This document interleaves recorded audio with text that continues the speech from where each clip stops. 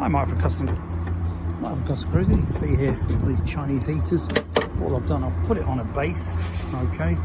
Air filters attached to the side, little battery, very good quality battery Odyssey, which we can charge using this lead off our charger. Okay, you can also run a USB off this to charge your phone, or there's various other options, lead lights, etc. that we do for this. Actually a Harley Davidson motorbike one, but a very useful bit of kit, this particular lead.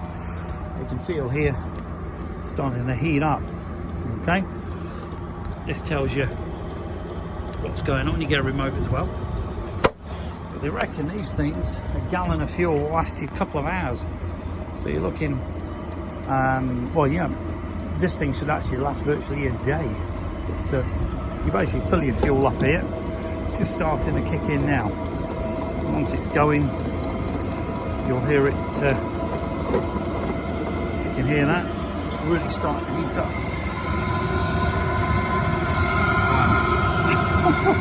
Believe me, you can feel the heat off that, which obviously means we're getting heat out of here as well.